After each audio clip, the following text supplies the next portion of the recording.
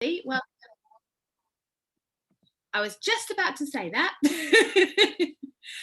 So for those of you who are unaware, we are recording this meeting. If you would prefer, please do turn your camera off.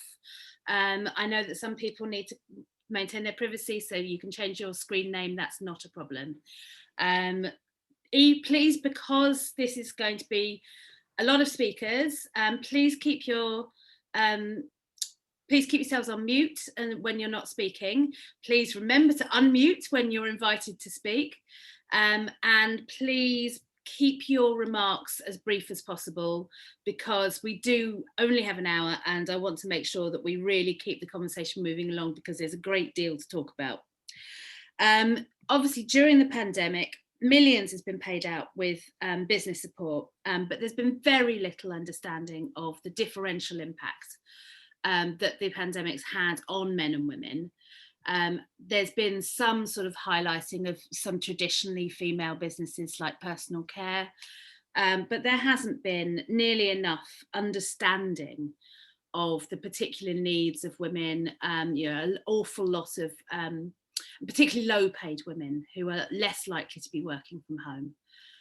So on that, I'm going to hand over to Seema, who is our Shadow Business Minister, to talk a little bit about achieving women's equality in business in the future, but also how we come out of this period and actually build back better rather than just listen to Boris Johnson's rhetoric. Seema, over to you. Great, thank you very much, Emma, and thank you to Labour Business for organising today. Look, it's really fabulous to be part of this kind of Fringe kick-off for Women's Conference as well, and to be thinking about women's kind of economic position in society, and especially at this turning point as we are moving much more towards the economic questions of recovery and moving beyond the health questions in the same way. It's an absolutely fantastic panel, and it's just such a pleasure to be here with all of you, and also to be with Bridget, and to talk about some of what. Can you hear me a bit better now? Is that any better? It is, Seema, that's much better. As you move closer to the screen, you sound much clearer. That's great. Okay. Thank you. So I was just saying how it's very much a pleasure and a good time to be having this conversation. Emma, thank you so much for the introduction as well, and to you, Liz, and to Liz's and others for organising today. I'll just say a few words first about certainly what we've seen and talked about before in terms of women's position during the pandemic from the point of view of the economic impact, because it's almost like bits of the jigsaw puzzle that we were able to piece together. What we know is that the IFS found that women are 1/3 more likely to be working in a sector that was shut down by coronavirus, more so than men. We know that the Fawcett Society has raised concerns about jobs in sectors traditionally dominated by women, like hospitality or retail or tourism, not returning at the same speed after the pandemic. That was certainly the subject of a big rally today. We've also seen that women are more likely to be furloughed than men. And even prior to the pandemic, women, and particularly BAME women, and disabled women were overrepresented in precarious labour, also in part-time work, temporary work, 0 hours contracts, which have also made them more vulnerable to the overall impact on the economy, but also to cuts in public services and cuts in social security. There was also a debate that I was speaking in today on the health and well-being sector, sort of hairdressing and beauty, etc.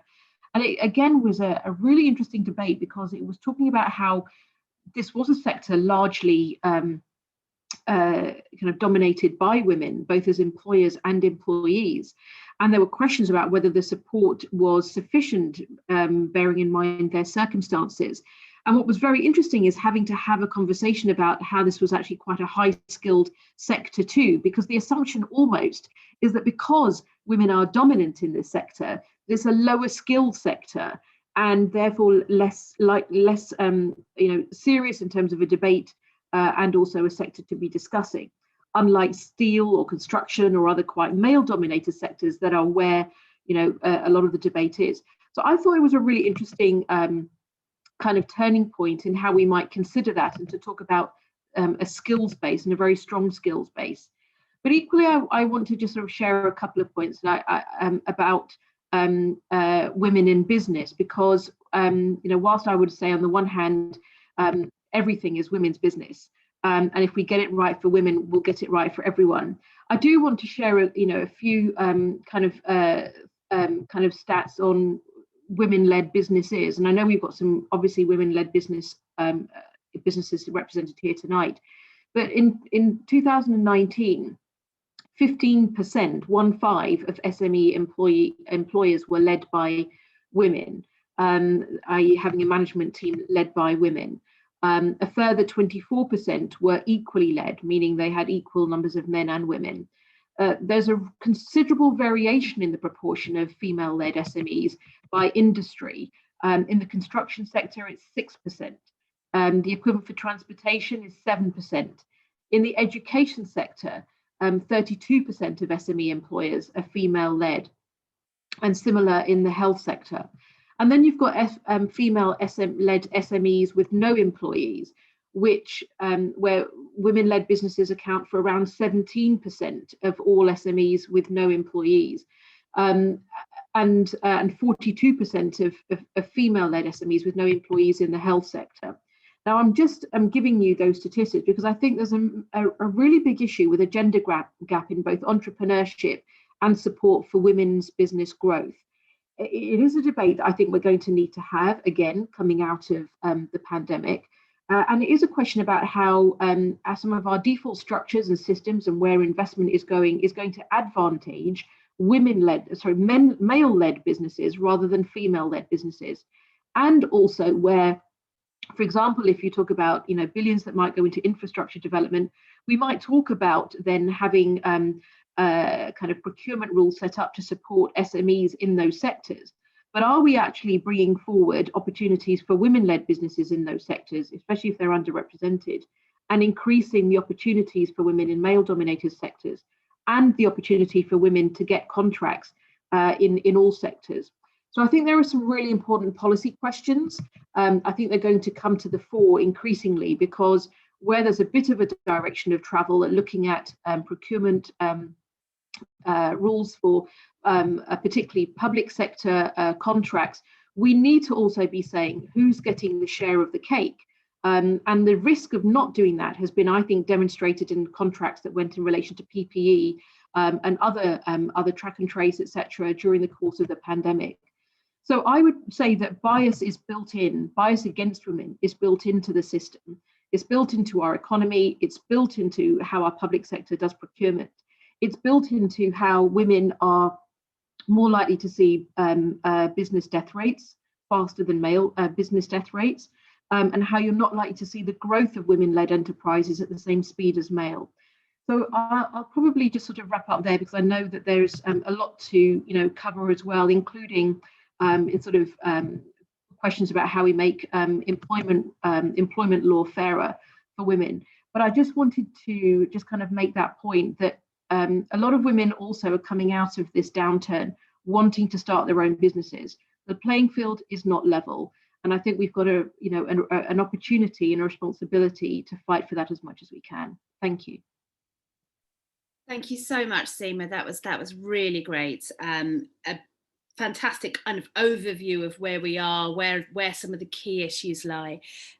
Some people who know me will know that I'm an absolute geek when it comes to public procurement. It's an issue I find, particularly public sector procurement. I used to work for a local government think tank. I'm very interested in how local government makes such a difference. I'd be really interested to know, actually, because I know that in Preston, one of the things they've done is really focus on SME procurement. So I'd be interested to know if they've got any statistics around the gender there, because that could obviously be something that could be built in very easily to that model. I'm going to move on to Bridget Phillipson now, Shadow Chief Secretary to the Treasury, which is a fantastic title. I think, to be honest, if we ever go into government, we should all still be shadow things, just because it just sounds cool. Bridget, over to you. Brilliant. Thanks very much, Emma, and it's really great to see you all this evening, and thanks for the invitation to come along. And thanks to Seema for setting out, I think, just so much of the context around what we face. I think Seema set that out incredibly well, and I won't rehearse that, but I'll just focus my remarks on one particular aspect that I think is really important, particularly for women, and that's around self-employment. And the last 15 months for me have really crystallised a lot of my thinking around the inadequacies of how our economy works for self-employed people, particularly for self-employed women, and the urgency and the size of the challenge that we face. I think also in having a really strong narrative as a party about how we speak to and about self-employment and the opportunities it can bring, as well as some of the potential downsides that we've seen in recent years. For me, the most kind of powerful driver of what we've seen and what's really brought it home to me has been the design of much of the self-employment income support scheme, which had a number of shortcomings to it. I think primarily that it was treating self-employed workers as businesses, which at one level that might be right, but not as people.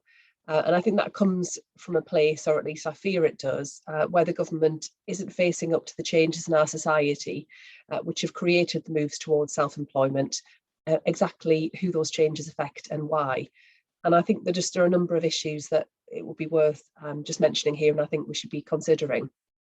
I think first is the extent to which whole industries have been turned over to self-employment because of the structures and opportunities and decisions taken by big companies and organisations who have got disproportionate clout within their sector. Take, for example, broadcast, where many people are self-employed. And I've been really impressed since I joined the front bench with the work being done by unions like Community and the Musicians Union and Prospect in seeking to organise within those sectors. And I've had some great conversations with them about the opportunities arising out of self-employment, as well as some of the wider social security challenges that need addressing too. But there are similar challenges and changes afoot in a range of other sectors. I'm thinking especially of industries where people are directly employed, but often on short-term contracts, moving from employer to employer. And they have many of the challenges of self-employment and few of the advantages that employees would typically enjoy. I think the second issue is, and the area that's had probably the most coverage in recent times, has been the rise of bogus self-employment or disguised self-employment. I think the changes caused by the so-called gig economy and the way that platforms have created false self-employment in order to run from their wider responsibilities. And we could all name those companies. I think the pretense that working people who are dependent on those apps for work are not really employed. I think the effort to dodge responsibilities, is, I think, shameful and still does require further action. But I am pleased that progress is being made. Not least my own trade union, the GMB, has made big strides forward in representing workers within those sectors. I think the third point I'd make is our dependence on people who are self-employed and people who run small businesses, particularly very small businesses. So perhaps just 1, 2 or 3 employees as well as themselves, and the importance that they will have in driving our recovery coming out of the pandemic. I think it's really striking when you look back at the last recession after the great financial crisis of 2007-8, that it was those smaller businesses that were the engines of our recovery, and they need to be the engines of our recovery once more. And women have got a really important role to play in that. We're talking here about people who don't have big incomes, who haven't necessarily got a lot in the bank, but want to make a go of it and want to take that leap. And our economy really depends on people taking that risk. And our success as a country is built on that. Yet I think there is a real challenge in the months ahead, particularly because of the way many self-employed people feel they've been treated by the government in recent months. And I think others looking on who will wonder if it's a risk that they want to take given what they've seen, or might be reluctant to take risks again, or to expand, or to take on another member of staff. And I think that, some of the arbitrary cliff edges that we saw in the design of some government schemes, some of which were changed, some that weren't, but a myriad problems that the government just seemed completely unwilling to address. And the final point I'll make, and which you'll all know well, and is why I'm so glad to be able to talk to you today about this, is that in recent decades, the rise in self-employment has increasingly been about self-employed women. because some of the industries I talked about where self-employment has become the norm are industries where women are more likely to be employed. So the roles which move to self-employment, to contractors rather than to employees, are roles which are more likely to be carried out by women. And I think that does present a whole set of challenges around pensions, parental entitlement and leave, holidays, children, compassionate leave. You know, we all know that in our society, these burdens are often carried disproportionately by women. And that's been the experience that we've seen during the pandemic as well. If you look at all the surveys around who's doing more caring, who's doing more looking after children where they've been at home, who's been more disrupted during their working day, we know it's been women. And you know, we need to be very careful as a country that we don't see a slipping back of the progress that we've made over many years. So I just want to say, we're thinking about all of this within the Shadow Treasury team and about the shape of our future economy. Obviously, like Seema, we're not in a position to commit to exactly what Labour would be saying come the next manifesto. But we're really keen to be listening, to be understanding what the challenges are, and to make sure that we've got, I think, a policy offer and a platform and a message that connects not just with the challenges that we face, but that also supports and encourages women to think about self-employment, to go it on their own, to make that leap.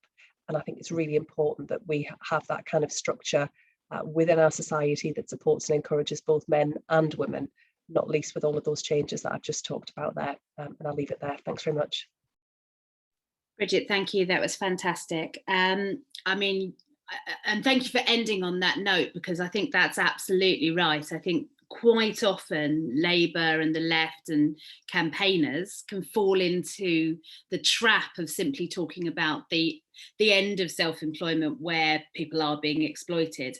But there is so much opportunity out there and so much autonomy. I've been self-employed. I'm now part-time self-employed because I'm currently employed in a part-time role elsewhere, but for years now, and I love it. And but it was bloody difficult during the pandemic because I did everything I was told to do and therefore was in the wrong bracket to get any support. So I think Labour has a great dual track narrative here, which is, we are the party that will absolutely represent the self-employed. And by that, we don't simply mean that we will fight for the rights of those who are exploited, but also fight for the lifestyle of those who have found that this is the best thing for them. And I think that's a really, really exciting space for Labour to take up. I'm going to move on now. It's fantastic to hear from the politicians. I write a weekly newsletter, which I'm going to plug now, called Hard Thinking on the Soft Left. And my thoughts this week are about in praise of politics, because I think we're too often too hard on politics and politicians. Having said that, while it's fantastic to hear from the politicians, it's also vital that Labour voices come from and are at the coalface. And I don't think the coalfaces come much more coaly than being a pub landlady. So I'm really delighted. We have Liz Hind, who is a sort of fantastic mix and perfect transition, really, because she is both a research associate at the York Law School and also the landlady of the Old Millwrights Arms in Aylesbury. And if anyone's in Aylesbury, do pop in for a pint. So now I'm going to pass you over to Liz. Hi, Liz. Yeah, thanks for that introduction, Emma, and lots of other thank yous to say to all of my other panelists. Myself and Rachel Bergin chair a policy group within Labour Business on women in business. So, women in business is something that we've been banging on about for years now. And I'd just like to say thank you to all of the other panelists, as all of you at some point have had conversations with me about it and have been extremely supportive. I do feel like putting this panel together has been kind of like Avengers Assemble, that we've been able to call on people to come and speak for us. As Emma just said there, I'm a pub landlady, and it's been an extremely difficult year and a bit, and I think we've still got quite a long way to go before we can see any sort of recovery at all. And I think that there is still huge gaps in our understanding of exactly what's happened, exactly what it's been like to try and run a business under imposed restrictions. but I think that while we try and understand what's happened, we've got a huge opportunity now to make sure that, you know, the recovery that, you know, we want is the recovery that we get by understanding where those problems have lain and come up with the solutions for those problems. And an ultimate goal of making sure that economic power is, you know, being shared equally, but also being created equally, so that women have their part to play in that. And I think if we want a strong foundational economy, if we want that thriving high street, then engaging women and understanding what women need to start up a business it's not just good for equality and good for women, it's good for everything, as Bridget was talking about in her contribution. And thank you, Bridget, for noticing that, you know, I'm a worker too. I may run a business, I may be an employer, but yeah, there's an awful lot of work in running a pub, which, you know, does include getting up first thing in the morning to go and, you know, mop floors and clean toilets, you know. So, you know, we can't, as a Labour Party, be talking about, you know, working people and workers' rights and then just talk about employees. I'm a worker too, and I have my own problems, which I'll come on to talk about in a bit. So I, you know, wrote the blurb that goes with this particular panel, and, you know, I wrote it because, you know, in my work at York Law School, I was looking for information about, you know, where has business support money gone to, and there is nothing written about it, particularly understanding how much of that money was given to men and how much of that money was given to women. So, you know, if nobody is talking and analysing about gendered impact of business closure and where those support grants has been made, we can't understand what the problems are, we can't have that recovery. And you know, that has been quite a lot of emphasis placed on, you know, uneven burden of caring duties on women. And, you know, I'm pleased that we're joined by Olga from Pregnant and Then Screwed, who I'm sure take that on. But, you know, my conclusions about some of these conversations about women's business, you know, it's not about caring duties, it's about good old-fashioned sexism. And that's it. You know, as Seema was talking about, there's that presumption that a woman going into business, it's not a proper business, really. It's just something that she's going to do to earn a bit of cash. And, you know, Seema was talking about, you know, skills gap and, you know, understanding that women have skilled jobs too.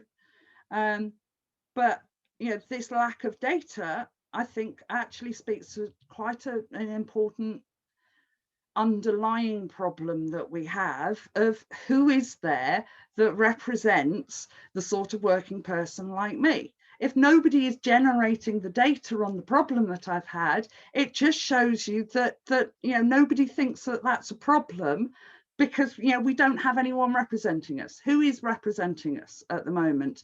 Who is in the position that could generate that sort of data? And if the answer is, well, I don't really know, then, you know, that's a huge problem. And, you know, I've written to the Women's Budget Group about this. Even the Women's Budget Group hasn't looked at this problem of where business support money is going. So, you know, we need somebody that's going to step up on this. And it's not just about, you know, women in business and funding for women in business. I was at a meeting on Monday, you know, led by Em Miliband, where we were talking about access to finance for Black and minority Asian people to start businesses, and they were saying exactly the same thing. You know, the data out there about how you can access bank accounts in that situation just doesn't exist. So, you know, huge areas there where, you know, it's not just that there's a problem, that we don't even understand where that problem is because nobody is generating that data. So what can we do about this? Well, you know, one of the questions that we pose in this session is, how can Labour be pro-business but still stick to our Labour values? And we talk a lot at the moment about our Labour values. So is there a clash between those two things? And I think the answer for me is, you know, doing what the left is supposed to be good at, which is community organisation. You know, how can we get a network of people within the Labour Party, you know, down to CLP level, which is talking to businesses, liaising with businesses, and then raising those issues? Because, you know, understanding that there is a gap in the data comes from listening to the anecdotes and going, oh, well, there might be a problem here, let's go away and collect the data on it. So yeah, how can we collect those anecdotes and have a space, and a private space, not a Spring Business Forum where we've got other people from outside the party, a private space within the Labour Party to actually talk about these issues and raise them and have policy written on them. And, you know, going back to the idea, I'm a pub landlady, we've got our own real problems at the moment that won't be talked about by unelected, unaccountable trade associations. They won't be. You know, so the problems that I'm facing at the moment as a pub tenant, you won't hear any of the trade bodies talk about them because they're being funded by the people that I'm in dispute with. So, you know, on the ground, I'm hearing all sorts of stories of pub tenants being forced out of their businesses. There's a pub that's now currently being taken to court by their landlord because they won't open up under current restrictions and lose lots of money. They're being taken to court. You know, large pub companies are selectively deciding when pubs code legislation applies to them and when it doesn't, because, you know, where is the accountability to what's going on there? And, you know, we're seeing tenants who have broken free of their beer tie being offered a choice of going back to the beer tie in servitude or having a massive amount of debt. And from what I'm seeing, you know, the government's answer to the arbitration is going to make that situation worse. You know, if I could liken it to, you know, union pay negotiations, it's like sending individual employees into a pay negotiations with their bosses and just hoping for the best. You know, a union wouldn't accept that, but that's what we're being told that we've got to get on with. So, you know, huge problems, not just inequality, but, you know, for individual sectors, and, you know, I'm sure other sectors would be saying exactly the same thing. So just to sum up, I think last year that businesses proved that we can and we will step up to, you know, when we're needed. You know, furlough worked because thousands of people like me were willing to step up and put their hands in their pocket and make that work. It wasn't an easy system to negotiate, and I'm sure I did it wrong in some ways. There we go.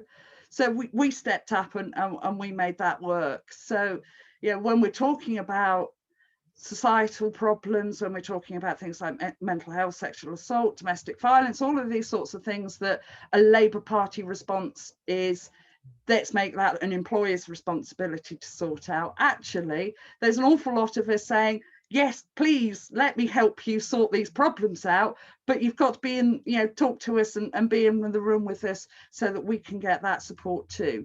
And, you know, let's make that recovery something that we all want to see. So thank you. Brilliant. Thanks, Liz. I think that's a really important point. My other job is working in communications for a think tank. And I've been doing this on and off, as Seema knows, because she's known me for most of it, for 20 years for various think tanks. And it always bothers me in policy terms when a pamphlet or a piece of research is written and then set free into the world, and everyone goes, oh, we've done our job. It's like, no. No, you started your job. The job finishes when that is not only adopted into law, but also when we have a proper system of that accountability that Liz was talking about, that we make sure that law is enforced, that we make sure that we're properly monitoring how it works, listening to people, tweaking. It's a constant piece of work rather than just having a policy. A policy is never an ending, it's always a beginning. And then the other thing I thought was really, really useful that Liz said there was about that sort of who's accountable and which voices are we listening to? And if we are listening to these sort of very, very big trade associations, are they truly representative of a business, or are they the equivalent of the big five, or listening to Carillion and then telling us everything's fine? I am now going to introduce Olga Fitzroy from the fantastically named organisation Pregnant Then Screwed. Now, my GCSE science, I only got a C, but it's telling me that's the wrong way round. I'm sure that Olga is now going to explain exactly why sociologically that's also the wrong way round. So over to you, Olga. Thanks, Emma, and thanks, Liz and Labour Business for organising this. So in my day job, I'm actually a self-employed sound engineer, and I've run my own business for about 8 years now. I also founded an organisation called Parental Pay Equality, which was formed to change the parental leave system for the self-employed, because we currently don't really have one. And I also advise the charity Pregnant and Screwed on self-employed issues.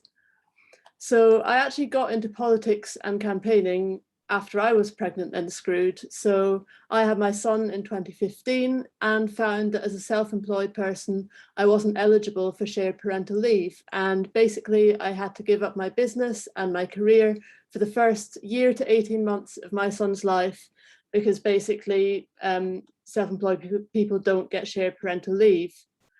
Self-employed women's maternity allowance is £150 a week, and there's no shared parental, no paternity, and not even adoption pay for self-employed people. And women on maternity allowance are actually prohibited from working while they're claiming maternity allowance, which if you actually got a business to run just does not work. So why does this matter? It matters because a system that enforces unequal caring responsibilities through law gives a hugely unequal landscape before we even get to COVID. So the figures for business owners and self-employed people are not gathered quite as nicely as ones on employees, but I've got some rough numbers for you just to illustrate the problem. Across the population, it's estimated that 70% of the gender pay gap is down to the motherhood penalty, so caused by the effects of what happens to you when you have children, whether that's discrimination or changing your working hours or changing your career or being forced out of your career. Now, IPSI have estimated, that's the another self-employed association, they've estimated that the gender pay gap amongst self-employed people is 43%, and 70% of that is 30%. I actually had to calculate that because my mental maths is crap. But basically, self-employed women lose 1/3 of their income due to having children. And then we throw COVID into the mix. I know Seema's already mentioned some of the sort of unequal effects of the types of businesses that closed. And we also obviously know about all the people that were completely excluded from support. But then for those that did qualify for the SACE scheme, it was immediately obvious that mothers of young children would receive less support than others.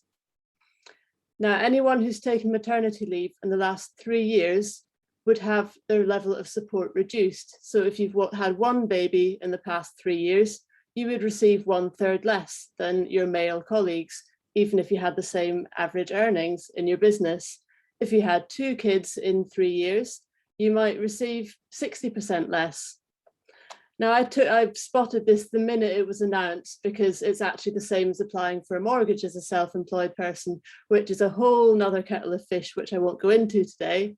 But I spotted this and I took it to the team at Pregnant and Screwed. And after getting absolutely nothing coherent from Treasury to all of our letters, we saw no option but to pursue this in the courts. And we've been supported by some of the amazing trade unions that Bridget's mentioned as well, the Musicians Union, Community, Equity, NUJ and BEC2. They all represent freelancers and they've all supported us in our legal challenge. Now, we lost the first case, but we have been granted an appeal and that's being heard next week, so fingers crossed. So many decisions during the pandemic have been made without considering women and children. We know that anything that affects children will disproportionately impact women just because of the way that our society still works.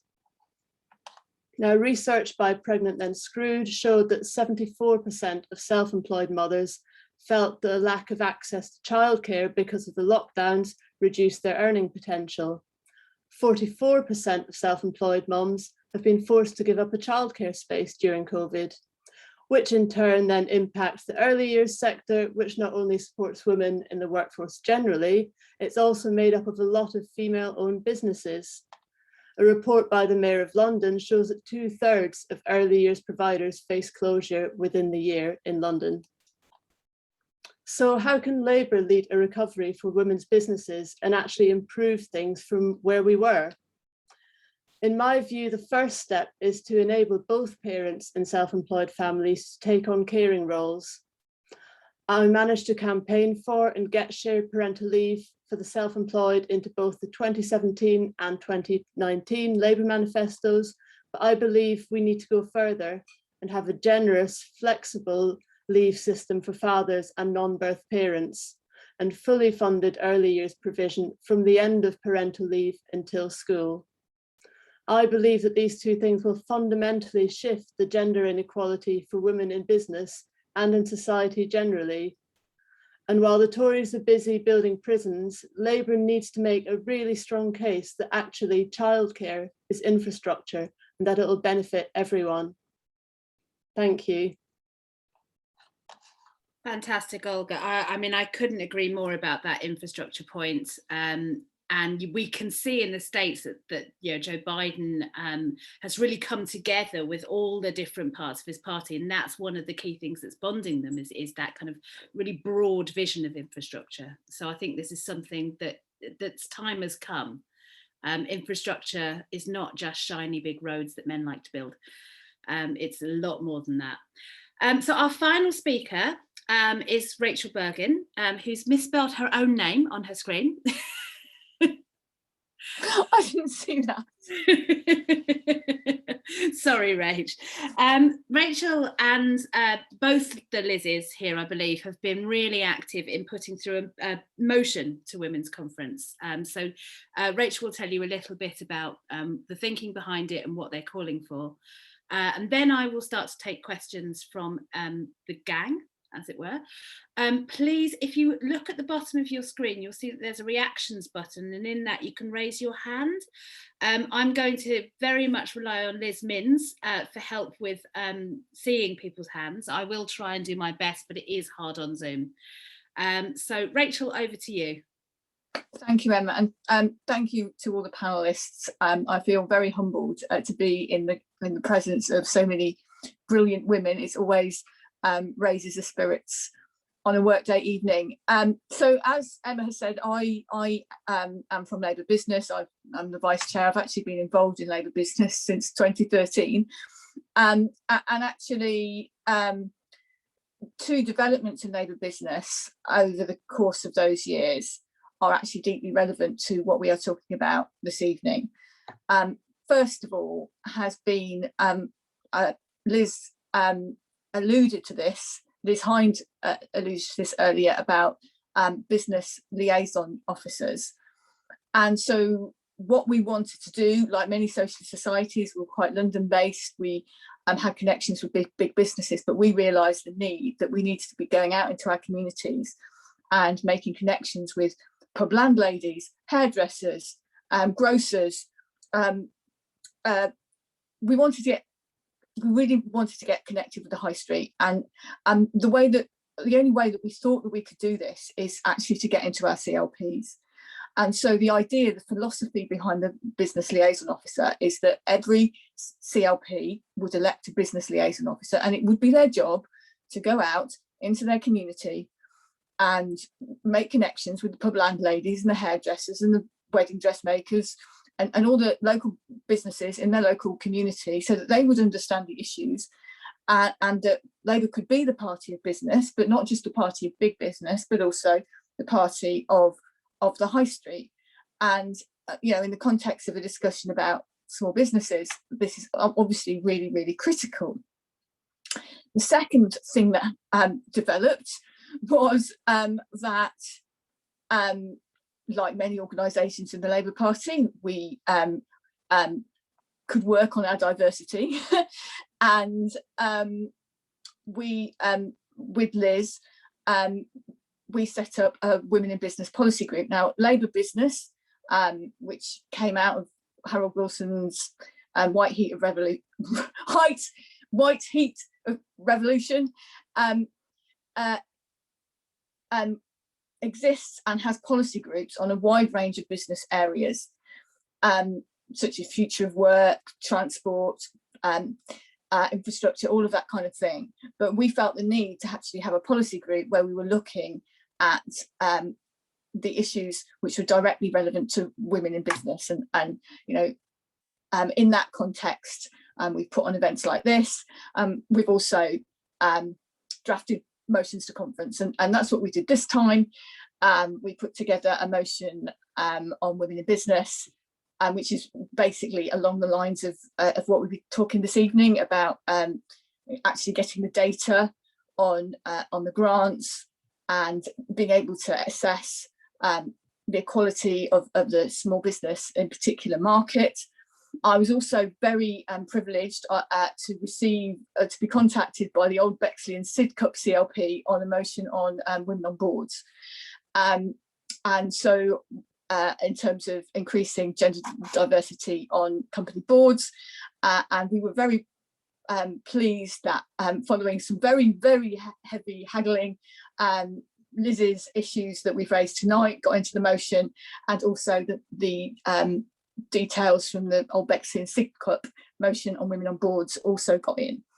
So that motion is part of the Women in the Economy motion, which has all sorts of things about women in the economy, including obviously lots of resolutions from the trade unions on a wide range of issues, and that will be going, has got through the priorities ballot and will be going to conference this year. Now, so that's and obviously if you want to get involved in women in business, I'm sure we'll be putting our details and contact details. If you want to get involved in women in business policy work going forward, we would love to get you involved. Personally, my day job is as a company secretary, and so what I do is run company boards all day. And so that's why this Old Bexley and Sidcup motion is particularly relevant to me. In a discussion that's largely focused on small businesses, this feels not particularly relevant, but it is, because obviously many businesses, and certainly medium-sized businesses, are limited companies and they have boards. But I think the one thing that I would really like to stress in the context of this issue is we look at women's equality on boards through the prism of the Labour Party and through the prism of our values, and we support it because we believe in women's equality. That's who we are. You know, it's a core value of what we do, it because it's the right thing to do.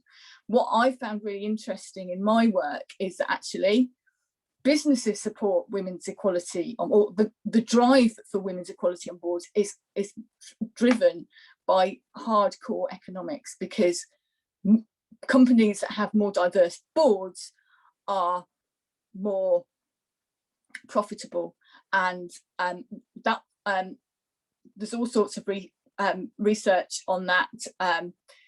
One report said diverse boards has 19% higher revenue. Another one said the firms with at least 1/3 female leaders had a profit margin more than 10 times greater than those without. But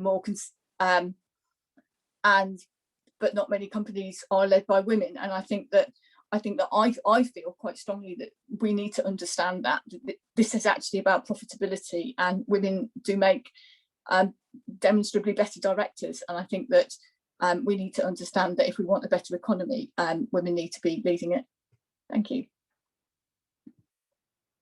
Fantastic. Thank you so much, Rachel. And good luck with the motion. I look forward to hearing about your roaring success. We've got about 15 minutes left. What I'd like to do is just take some contributions from everybody who's decided to join in, if that's all right with the speakers. I want to be really conscious of this being a shared space for all of us to talk. I may ask, if you've got a particular point that you're raising towards one particular speaker, can you please let us know that?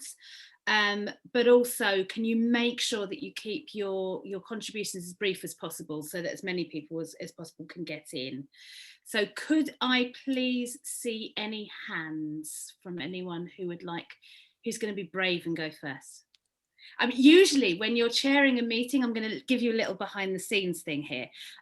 What one of the things I've always conscious of is you've got to call on a woman first when you're chairing a meeting, because then other women will put their hands up. Here, of course, I don't have such a problem. So now one of you is going to have to be the brave woman who goes first, or otherwise I'll just start pointing. Parvin, thank you so much. Make sure you come off mute and then let us know what your thoughts are. Hi, this is a question to Rachel Bergen. When you said that you went out and spoke to women in the small businesses, what sort of problems did a lot of them tell you about? Great question, thank you. I'm not sure I'm the right person to answer that question. I was explaining the business liaison officer role, which we want every CLP in the country to have a business liaison officer whose job it would be to go out and talk to all the businesses in their constituency.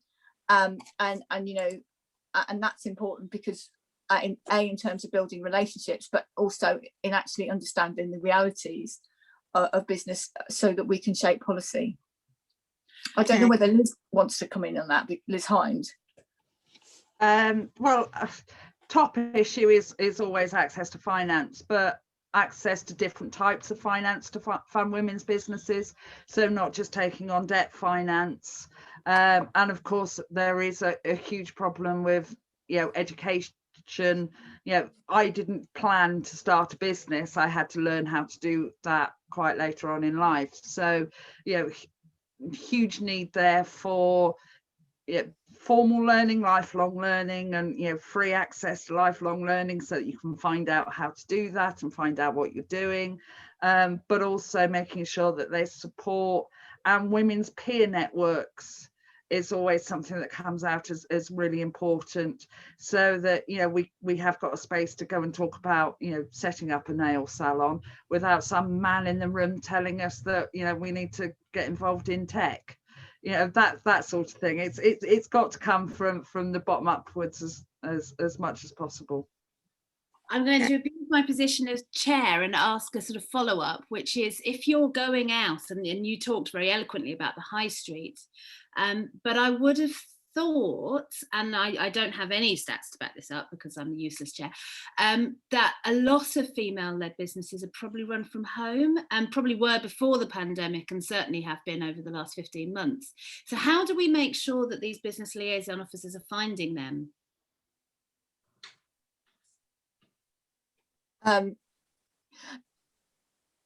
Yes, so I would, you're absolutely right, and I was probably using broad brush language to explain that we wanted to get out of the city and into the constituencies and talk to, you know, the small businesses on the high street, so that we're actually engaging with the full range of businesses.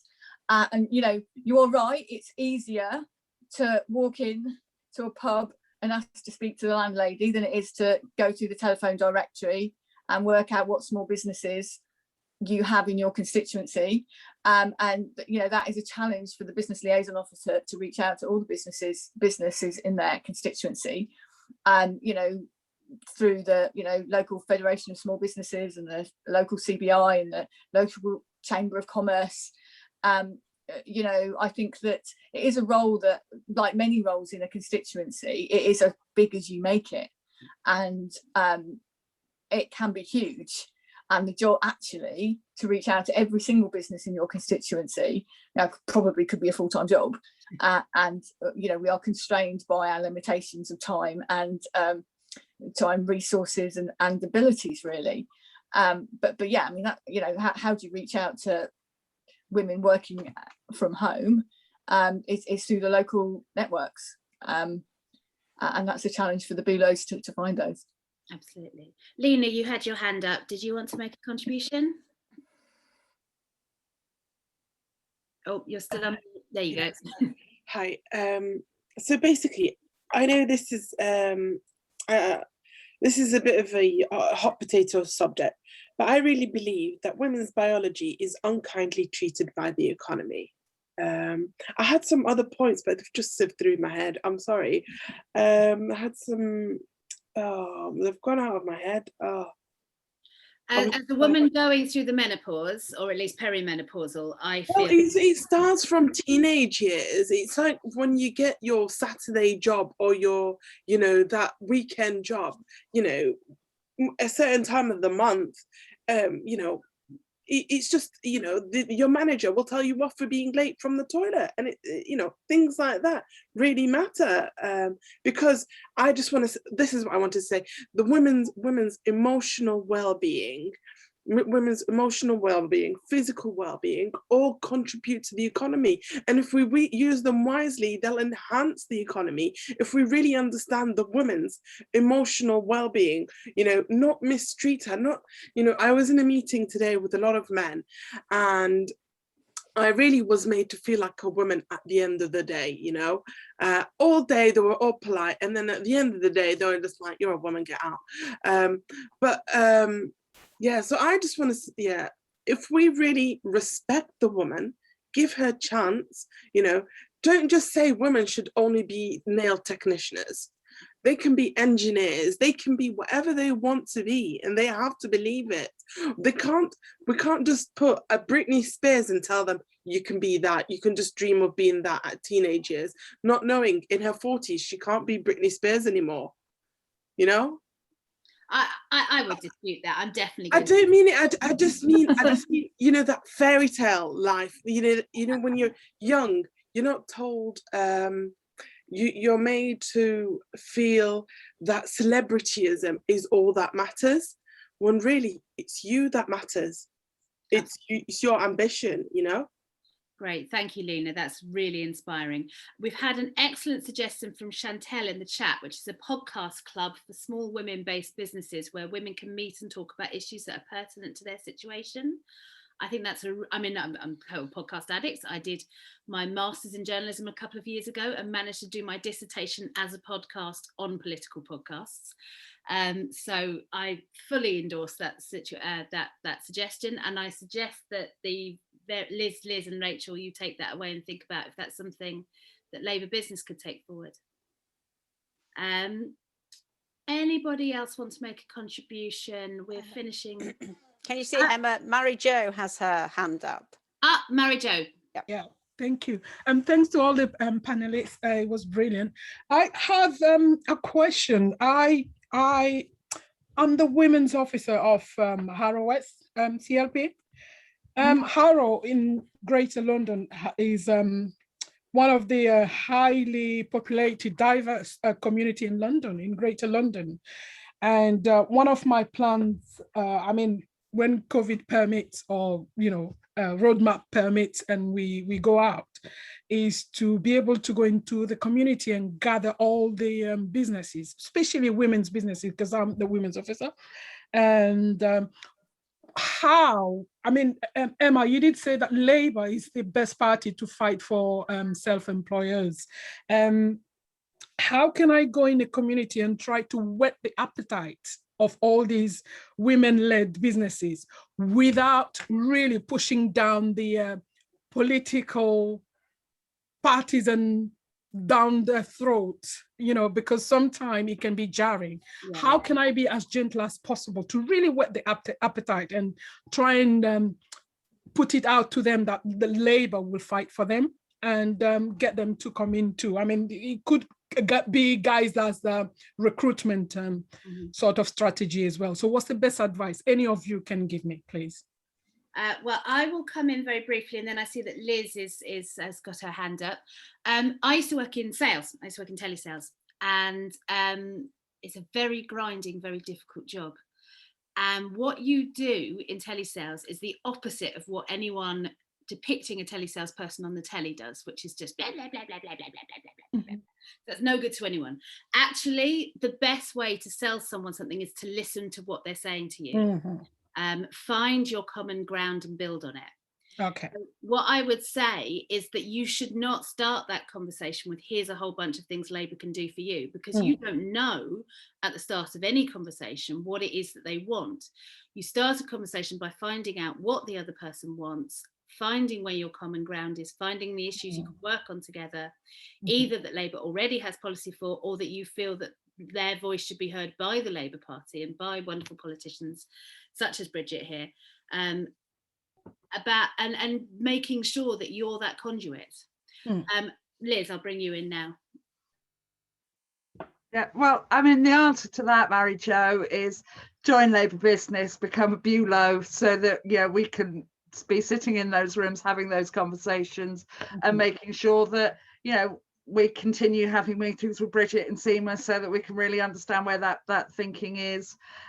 Join one of the unions that's currently talking about self-employment. I sit on the steering group for Community Union on that subject. So join in those conversations. So like Emma says, when you're out in your community having those conversations, that you can listen, you can understand the issues, and you can have those conversations.